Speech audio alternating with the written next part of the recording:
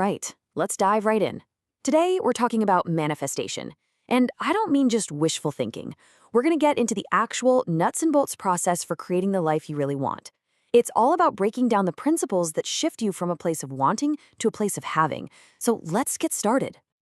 Okay, so let's start with a question, and it's a big one. It might just flip everything you think you know completely on its head. Here it is. What if you already have everything you desire? Now, I know that probably sounds a little crazy, totally counterintuitive, but you gotta stick with me on this because that one little shift in how you see things, it's the absolute key to this whole process. So, to really get a handle on that question, we have to dig into our first main idea, and that's the power of knowing. See, this isn't about begging the universe for something you don't have. Not at all. It's about tapping into this deep, fundamental truth that whatever you desire, it's already here, it's already available to you. And this is where we kind of have to redefine what faith even means. We're not talking about just hoping for something down the road. No. In this context, faith is something totally different. It's an unshakable, right here, right now certainty. It's that deep down feeling, that gut knowledge that what you want is already yours. It's a done deal. And that is the big mental flip you've got to make. Think about it. When you want something, you're basically telling yourself, I don't have this. You're coming from a place of lack, right? The whole game here is to shift your mindset from wanting to having. That's a feeling of abundance, of being complete. It means you stop chasing after it and you start just acknowledging that it's already here, right now. Okay, so that sounds good in theory, right? But how do you actually get into that state of having? Well, it all begins with the feeling.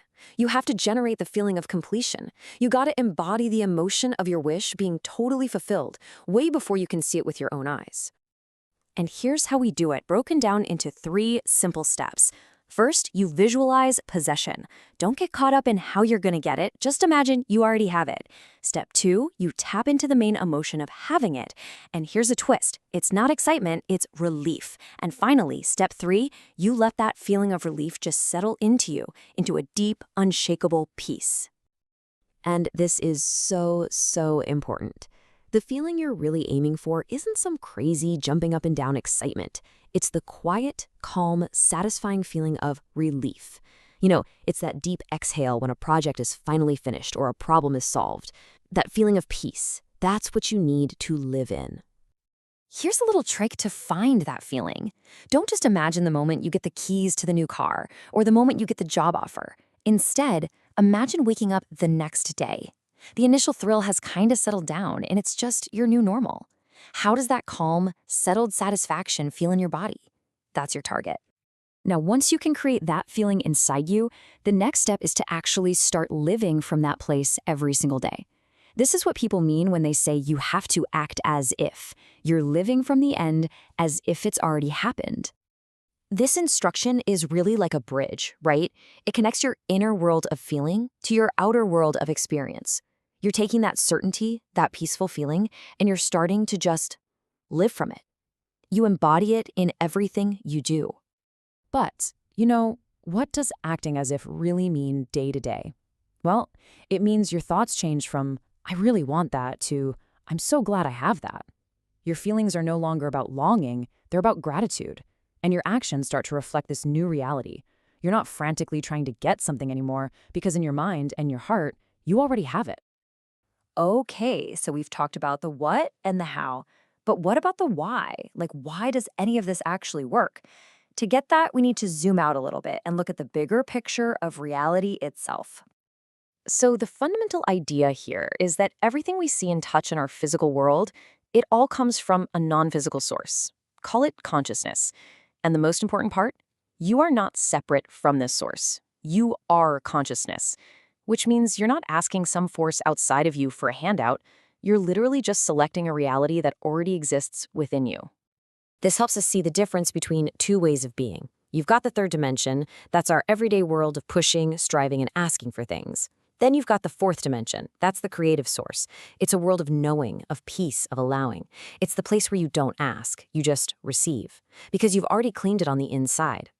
And that's the real secret. Your desire isn't hammered into existence through struggle and hard work in the physical world. No, It's brought into reality from this other dimension, from that state of calm, knowing peace that you learned to create earlier.